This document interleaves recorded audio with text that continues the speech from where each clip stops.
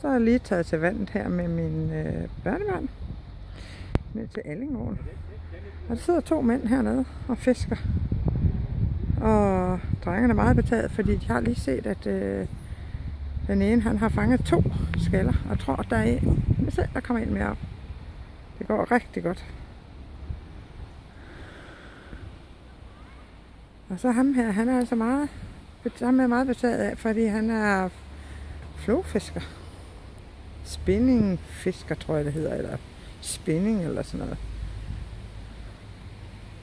Altså det er spændende. Se hvad han kan med den der fiskestang og snøre her.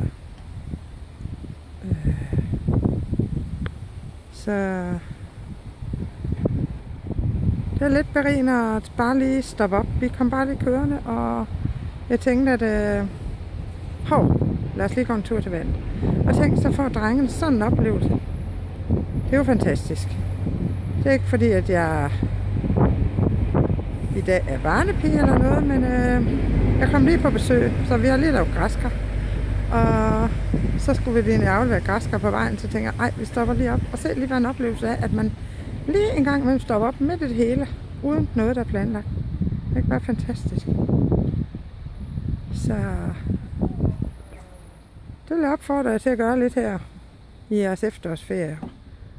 Også når I er enten med jer selv eller med børn. Det er jo lige meget. Prøv at stoppe op og gøre noget intuitivt, I ikke lige har planlagt.